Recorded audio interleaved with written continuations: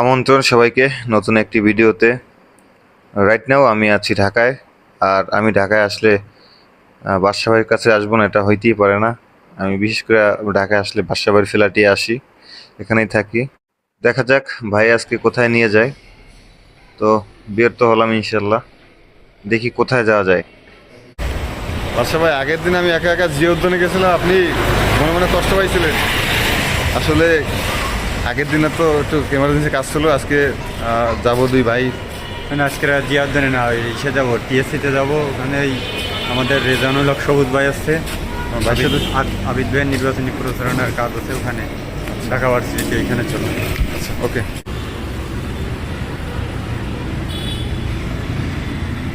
বাসা থেকে 1/2 কিলোমিটার দূরে গেলে বাস স্ট্যান্ড। তো আমরা ডায়েট করছি, হেঁটে হেঁটে যাচ্ছি।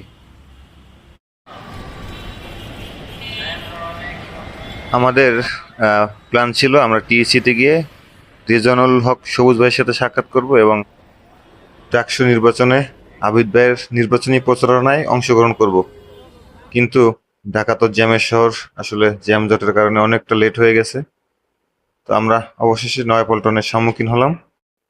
নয়াপল্টন পার্টি অফিসের ওখানেই সবুজ ভাইয়ের সাথে সাক্ষাৎ হলো। সাক্ষাৎ শেষে আমরা চলে গেলাম আমাদের কেন্দ্রীয় ছাত্র দলের সহ সাধারণ সম্পাদক শারমিন সুলতানা রুমা আপুর এখানে।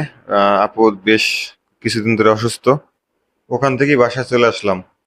আসলে ভিডিওটা যেভাবে বানাতে চেয়েছিলাম ওভাবে পারলাম না, কারণ প্রচুর জ্যামের কারণে ঢাকায় তো অনেক জ্যাম।